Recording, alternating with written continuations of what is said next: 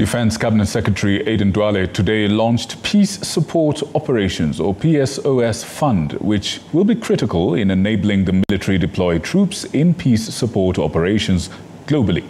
Following MP's approval of the Public Finance Management Regulations 2023, the Kenya Defence Forces will have its own dedicated fund to support its rapid operations. Mike Kagwongo reports.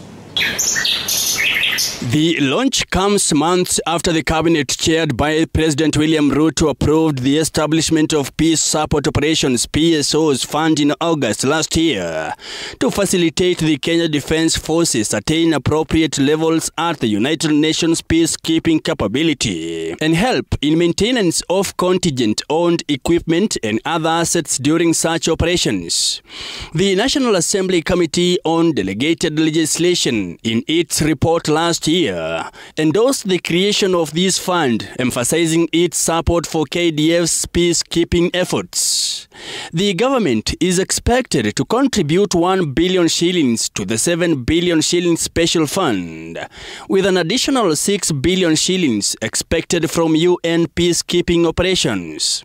The funds will be utilized for financing and maintaining contingent-owned equipment and assets, establishing equipment parks as approved by the Defense Council for PSO, enhancing units to meet United Nations peacekeeping capability readiness standards, and funding force generation and force projection activities. This fund is tangible embodiment of our unwavering commitment to peace, both within our region and across the globe. The days when the blue flag was a natural protection are long gone.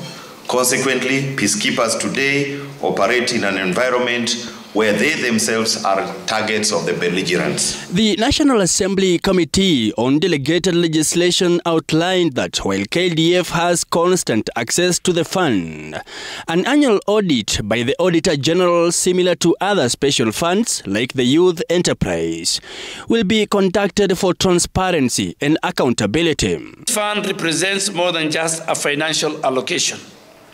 It embodies our pledge to the international community and our citizens that Kenya will remain a beacon of peace and stability. Accountability will remain the bedrock of this fund. Every allocated shilling shall be utilized for the intended purpose, and that is supporting the various efforts of the Kenya Defence Forces participation in peacekeeping. Defense Cabinet Secretary Aden Duale has urged the fund administrator and secretariat to ensure prudent management of resources to guarantee success in mandate implementation. Mike Kagwongo, TV 47.